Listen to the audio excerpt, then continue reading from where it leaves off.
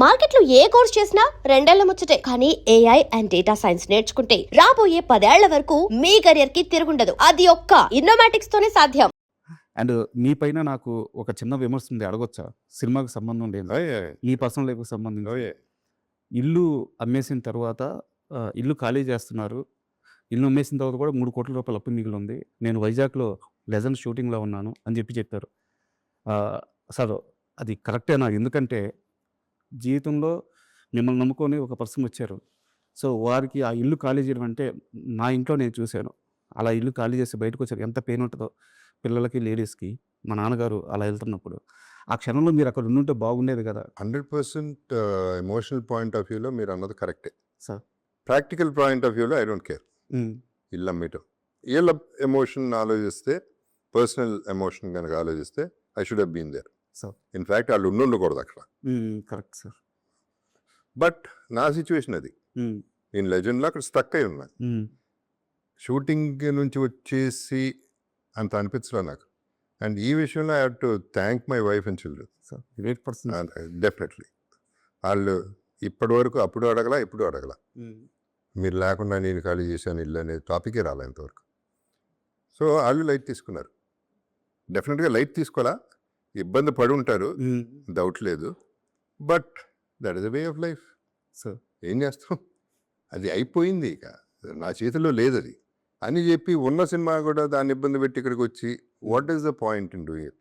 అట్లా family support నాకు విపరీతంగా ఉంది కాబట్టి I'm living the way I'm living.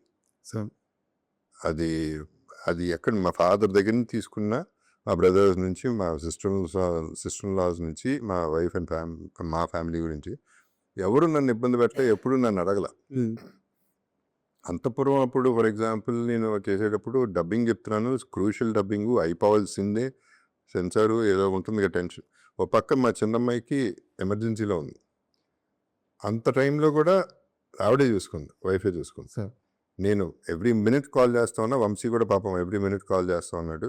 Vamsi అక్కడే ఉన్నాడు నాతో, బట్ తను ఫోన్ చేసేది వేరే అస్ట్రాలజర్, ఏంటి పరిస్థితి, పాప పరిస్థితి ఏంటని. సో ఇంత టెన్షన్లో కూడా చేసాం. బట్ ఈ రెస్పాన్సిబిలిటీ వాళ్ళు తీసుకున్నారు. సార్ ఇది వాళ్ళకి నిజంగా నమస్కారం పెట్టాలి, నాకు కాదు ఇక్కడ. So I don't take credit. Sir నేను ఈ క్వశ్చన్ అడగడానికి కారణం కూడా, వారి గురించి మీరు ఎక్కడా చెప్పరు, ప్రస్తావించరు. బట్ వారు పడిన పెయిన్ కూడా చెప్పుకోగలను. It's very nice one you ask, because humanity మీద వెళ్ళారు మీరు. Sir and wife and children గురించి ఆలోచించి మాట్లాడారు, చాలా మంచి విషయం. నేను మాట్లాడిన కాదు, ఆ ప్రస్తావన ఎప్పుడు రావట్లేదు, నెంబర్ 1. నెంబర్ 2, వాళ్ళు అసలు సినిమా ఇండస్ట్రీ కనెక్టెడ్ కాదు. సో వాళ్ళకి ఇంట్రెస్ట్ కూడా ఉండదు. నేను చెప్పినా చెప్పకపోయినా ఇంట్రెస్ట్ ఉండదు, చెప్పడం కూడా ఇష్టం లేదు. వాళ్ళు మా గురించి ఎందుకు చెప్తారు, మమ్మల్ని వదిలేయండి అని. మాల్కి వెళ్ళినా వాళ్ళు నా పక్కన నడవరు, ఎక్కడికి వెళ్ళినా పక్కన నడవరు, వెనకాల నడుస్తారు, లేకపోతే ముందు నడిచేస్తారు. సో వాళ్ళ గొడవ వేరు, వాళ్ళ లైఫ్ అది.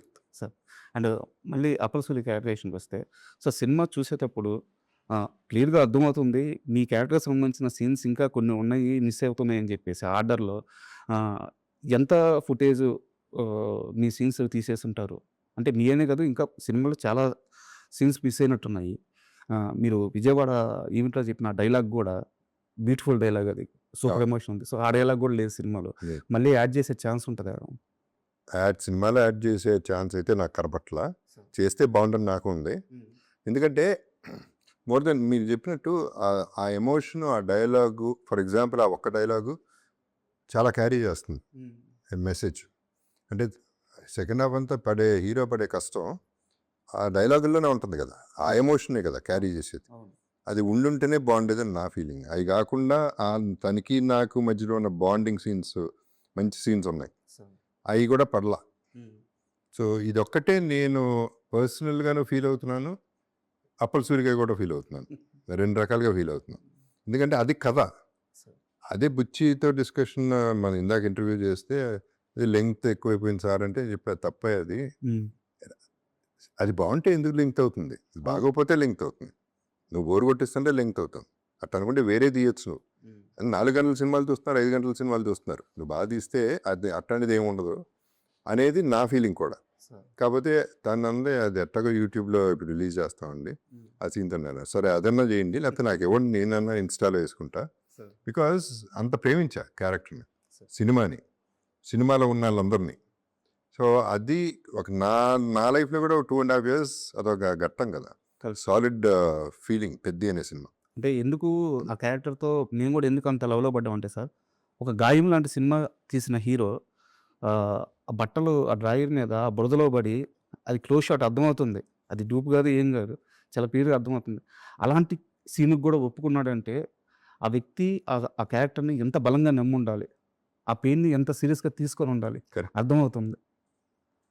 నో సీ దానికి డిస్కషన్ జరిగింది రాజా ఆనెస్ట్లీ. అవసరమా వచ్చి మరి బట్టలు వడదీసి అని అడిగా. తను పాపం ఈనేసి సార్ వద్దంటే చెప్పండి పర్లేదని. సో నేను ఆలోచించా. అంటే 2 reasons. వన్ థింగ్ ఇస్ నా బ్యాక్ వీక్. అది కనుక ఇరిగిందంటే ఇంకా అక్కడే ఉంటా, ఆ మెట్లోనే పడుకుంటా. సో అదొక రీజను. రెండోది ఎక్కువ అవుతుందా అనేది అనుకున్నా, కానీ అది పండింది. ఇప్పుడు మీరు ఎత్తుతున్నారంటే ఆ టాపిక్, ఆ షాట్ వెరీ క్రూషియల్ అయిపోయింది. నాకు ఆయుపట్టు అయిపోయింది ఆ షాట్. సో డెఫినెట్గా వర్కౌట్ అయిన షాట్. అండ్ ప్రతి ఒక్కరు కూడా రామ్ చరణ్ గారి కష్టం గురించి, సినిమా రివ్యూ గురించి మాట్లాడుతున్నారు. అవును. బట్ నా క్వశ్చన్ ఏంటంటే, హీరో నాక కష్టం ఇంక తప్పదు, ఎలా చేయాలి. బట్ ఇలాంటి ఒక స్టార్డమ్ ఉన్న హీరో ఈ కథ చెప్పినప్పుడు దీనికి ఒప్పుకోవడం కదా గొప్పతనం. సో మన స్టార్ హీరోలు ఇలాంటి కథ చెప్పే సినిమాల్లో అది గ్యారంటీగా ఒప్పుకుంటా 100%. ఎందుకంటే అది మనసు ఒప్పదు. Because it's serious thing and fans కూడా ఎట్లా రియాక్ట్ అవుతారో తెలియదు. అందుకనే ప్రీమియర్కి కొంచెం అటు ఇటు అయింది talk. One of the reasons అది. ఎందుకంటే వాళ్ళ హీరోని అట్లా చూడటం వాళ్ళకి ఇష్టం లేదు. కానీ అది ప్రాణం పెట్టిన సినిమా కాబట్టి చేయగలిగాడు, ఒప్పుకోగలిగాడు. అండ్ సి ఈ జనరేషన్స్తో బ్యూటీ ఏంటంటే రామ్ చరణ్ పట్టించుకోడేటండి. ప్యాషన్, పిచ్చి ప్యాషన్తో చేస్తాడు. ఏదైతే అదైనా చేసేద్దాం. మనం దాన్ని పూర్తిగా నమ్మినప్పుడు 100% ఏమన్నా ధైర్యంగా వెళ్ళిపోతాం. నమ్మాడు, ధైర్యంగా వెళ్ళాడు. అండ్ మీరు అన్నారు ఇందాక కష్టం అందరూ పడతారు, కరెక్టే.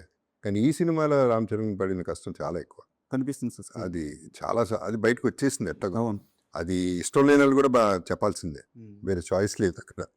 ఎందుకంటే ఇట్స్ బాడీ అండ్ మైండ్ రెండింటితోనూ ప్లే చేయాలి. It's not easy. సో ఇక్కడ రామ్ చరణ్ అన్నారు కాబట్టి I would like to thank Chiranjeevi garu. Because ఆయన ట్వీట్లో అన్ని పేర్లు పెట్టారు, okay, but my brother Jagapathi Babu అని పెట్టారు. I'm very happy with that. And అంటే ఎలాగో ప్రస్తావన వచ్చింది కాబట్టి, మీరు ఒక తరంలో మీ స్టార్డమ్ అంతా చూసారు సార్ టీఎఫ్ఐలో ఉన్నప్పుడు. సో నెక్స్ట్ తరంలో ఇప్పుడు వచ్చినప్పుడు రామ్ చరణ్ గారు కానీ, ఎన్టీఆర్ గారు కానీ, మహేష్ బాబు గారు కానీ, బన్నీ కానీ, ప్రభాస్ కానీ, ఇలాంటి వాళ్ళందరి వరకు దగ్గర నుంచి చూస్తున్నారు, వాళ్ళతో కలిసి పనిచేశారు. సో టీఎఫ్ఐకి వీళ్ళు నెక్స్ట్ జనరేషన్ టీఎఫ్ఐని ఎక్కడ తీసుకెళ్తారు? అంటే వీళ్ళ క్రేజ్ ఏ రేంజ్కి వెళ్ళద్ది? ఒక చిరంజీవి గారు, ఒక బాలకృష్ణ గారు ఆ స్టార్డమ్ని ఇప్పుడు వీళ్ళు ప్యాన్ లెవెల్కి వెళ్ళిపోయారు. వీళ్ళ కష్టం చూస్తున్నప్పుడు కానీ మన హీరోల గురించి ఏం చెప్తారు? వీళ్ళు ఎక్కడికైనా తీసుకెళ్ళగలరు సార్. వీళ్ళందరూ మీరు చెప్పిన పేర్లన్నీ ఆ టాప్ ఇంకా ఉన్నారు. వీళ్ళందరూ కూడా డెఫినెట్గా they make us feel proud. Sir, doubt లేదు. నెంబర్ 1 అంటే ఏదైనా చేసేయగలరు అనేది ప్రూవ్ చేశారు. ఎవరికాళ్ళే వాళ్ళ ఛాన్స్ దొరికినప్పుడల్లా ప్రూవ్ చేశారు, చేస్తూనే ఉంటారు. అది కాకుండా మీరు గుర్తించాల్సింది, ఇప్పుడు ఈ సినిమాలో అప్పల సూర్య అనే క్యారెక్టర్ ఎంత పండుతుందని తెలిసినా ఓకే చేసి ఒప్పుకునే హీరోలు కూడా తక్కువ. అలాగే తారక్ని తీసుకుంటే అరవింద్ సమేత అప్పుడు స్టేజ్ మీద చెప్పాడు, బసిరెడ్డి ఫస్ట్ గుర్తుంటాడు, తర్వాత నేను గుర్తుంటానని. అది huge statement from a huge star. అది ఎవడో చెప్పడు, అంత ధైర్యంగా స్టేజ్ మీద ఎవడో మాట్లాడ్డా. ఎందుకంటే అది యాక్సెప్ట్ చేయటం అనేది చాలా కష్టం ఒక హీరో. నేను కదా హీరో, నేను కదా సూపర్ అనేది ఉన్నప్పుడు. సో అట్లాంటి మనసు మహేష్ బాబు ఉన్నాడు. మేబీ స్టేట్మెంట్ ఎప్పుడు ఇవ్వలేదు, కానీ శ్రీమంతుడు అన్నారు తినేశారు కదండి అన్నాడు. ఒక్క డైలాగ్ చాలు, వాళ్ళ దగ్గర నుంచి ఒక్క కాంప్లిమెంట్ చాలు. బికాజ్ అలా ఆ కాంప్లిమెంట్ రావడానికి చాలా కష్టం. బట్ ఈ హీరోలు ఎవ్వరికి ఆ ఫీలింగ్ లేదు. ఏముంది, నాది నాకుంది, సినిమా బాగుండాలి అంతే.